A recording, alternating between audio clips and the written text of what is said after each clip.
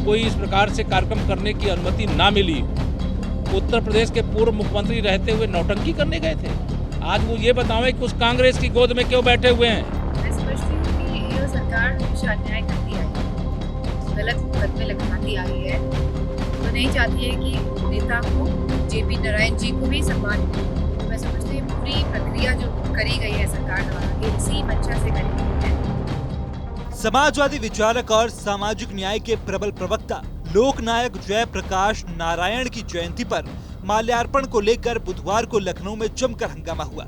सपा मुखिया अखिलेश यादव कार्यक्रम की अनुमति न मिलने के बाद भी जेपीएनआईसी पहुंच गए। इतना ही नहीं, अखिलेश यादव जेपीएनआईसी की दीवार फांदकर अंदर घुस गए और मूर्ति पर माल्यार्पण कर पुष्प अर्पित किए। इसको लेकर यूपी सरकार के उप मुख्यमंत्री केशव प्रसाद मौर्य ने अखिलेश यादव पर करारा हमला बोल दिया। केपी मौर्य ने कहा कि अखिलेश उस कांग्रेस की गोद में बैठ गए हैं जिसने देश में आपातकाल थोपने का काम किया। उन्हें जयप्रकाश नारायण को श्रद्धांजलि देने का कोई अधिकार नहीं है। श्री अखिलेश यादव जी, जब कोई प्रतिष्ठान का निर्माण का कार्य चल रहा हो और उसमें कोई इस प्रकार से कार्यक्रम करने की अनुमति ना मिली हो, उत्तर प्रदेश के पूर्व मुख्यमंत्री रहते हुए नौटंकी करने गए थे। आज वो ये बतावें कि उस कांग्रेस की गोद में क्यों बैठे हुए हैं। जेपी जी के चरणों में उनको श्रद्धांजलि अर्पित करने का भी नैतिक अधिकार नहीं है अगर वो कांग्रेस की गोद में बैठे जिसने देश में आपातकाल थोपने का काम किया है, लोकतंत्र की हत्या करने का काम किया है।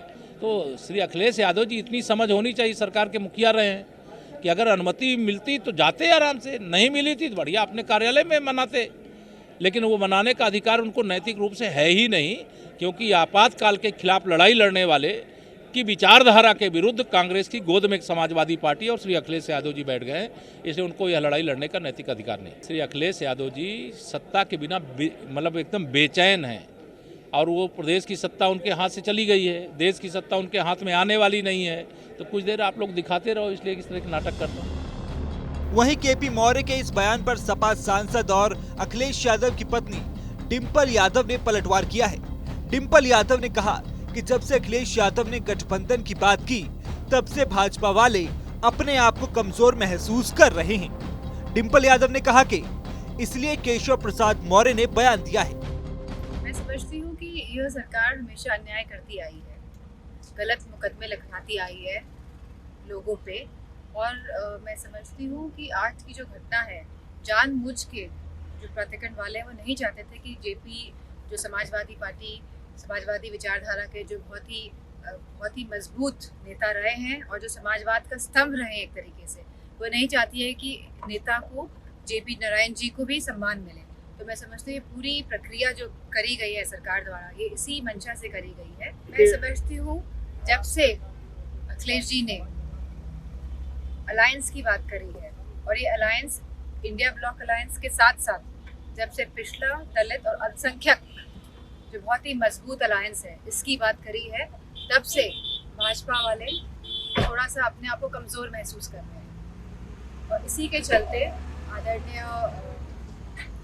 मौर्य जी ने ये बयान दिया है, केशव प्रसाद मौर्य जी ने। डिंपल यादव ने कहा कि मैं उप मुख्यमंत्री केशव प्रसाद मौर्य से पूछना चाहती हूँ, क्या वो महिला आरक्षण बिल को लेकर अपनी मौजूदा सरकार से अति पिछड़ी या पिछड़ी महिलाओं को उनका हक दिलाने की मांग करेंगे। और मैं पूछना चाहती हूँ केशव प्रसाद मौर्य जी से कि वो महिलाओं आरक्षण बिल में उनकी क्या सोच है, क्या वो अति पिछड़ी और पिछड़ी महिलाओं को उनका हक, सम्मान और उनका आरक्षण दिलाने की मांग करेंगे मौजूदा सरकार से। ये जो अखिलेश जी ने जो बात करी है पिछड़ा, दलित, अल्पसंख्यक अलायंस की, इस वजह से भाजपा वालों में कमजोरी महसूस हो रही है, क्योंकि जनता त्रस्त है, उनकी जितनी भी मुश्किलें हैं, परेशानियां हैं, उसका कोई निवारण नहीं हो रहा है मौजूदा सरकार में। ये मौजूदा सरकार है वो गलत धारणा से काम कर रही है और लोगों के विषय और लोगों के हृदय में और मन में एक भय का वातावरण जो काल्पनिक है, इस तरह का वातावरण वो पैदा करना चाहती है। लेकिन यूपी की जनता और पूरे देश की जनता तैयार है इस बार भाजपा को हटाने के लिए, प्रदेश से और देश से। आपको बता दें कि बुधवार को अखिलेश यादव लखनऊ के जयप्रकाश नारायण इंटरनेशनल सेंटर पहुंचे, जहां 100 से ज्यादा पुलिस वालों ने उन्हें रोकने की कोशिश की और गेट पर ताला लगा दिया था, लेकिन पुलिस अखिलेश यादव को रोक नहीं पाई। अखिलेश करीब 8 फीट ऊंचा गेट फांदकर JPNIC के अंदर घुस गए, जयप्रकाश नारायण की प्रतिमा पर माला चढ़ाई, फिर लौटे और गेट फांदकर ही बाहर निकले। अखिलेश के पीछे पीछे कुछ सपा नेता भी गेट कूदकर अंदर चले गए।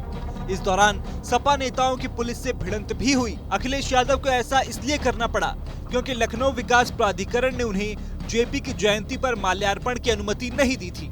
एक दिन पहले ही JPNIC के गेट पर LD ने ताला जड़ दिया था। गेट फांदकर सपा कार्यकर्ता अंदर न जा पाएं, इसके लिए टीन शेड की दीवार खड़ी कर दी थी।